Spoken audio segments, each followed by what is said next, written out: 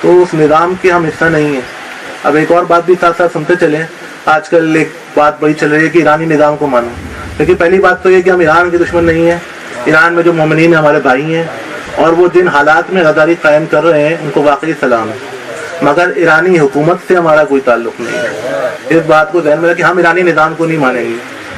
اب یہ گڈوؤں کی طرح 2-4 ذاکر آ گئے ہیں ایران سے ٹریننگ لے کے اور ممبروں پہ بیٹھ گئے, اور یہ ممبروں پہ بٹھاتا کون ہے یہ بھی ہماری سمجھ میں آج تک نہیں آیا.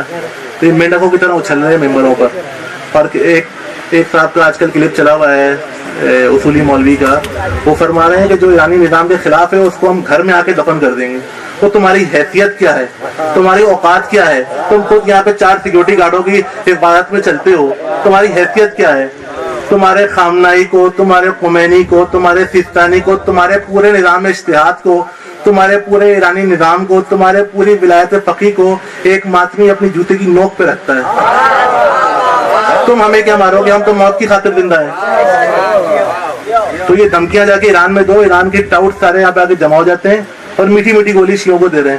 کوئی آسٹریلیا سے آ کے یہاں پہ محرم میں فساد پھیلا رہا ہے, کوئی انگلینڈ سے آ کے فساد پھیلا رہا ہے, کوئی کینیڈا سے آ کے فساد پھیلا رہا ہے. یہ پاکستان میں رہتے نہیں ہیں. یہ 2.25 مہینے پاکستان میں آتے ہیں, ایرانی فنڈنگ سے چلتے ہیں, اور پاکستان میں شیعوں کے درمیان فساد پھیلاتے ہیں, اور پھر شیعہ سنی فساد پھیلاتے ہیں. آپ سوشل میڈیا پہ ان کی حرکتیں دیکھ لیں. یہ جتنی ان کی آپ کو تقاریر, جتنی پوسٹ ملیں گی, سب شیعوں کے خلاف ملیں گی, مذہب شیعہ کے خلاف ملیں گی. تو یہ ہمیں ڈرانے کی کوشش نہ کرے. ہمارا نظام اجتہاد تقلید سے کوئی تعلق نہیں ہے.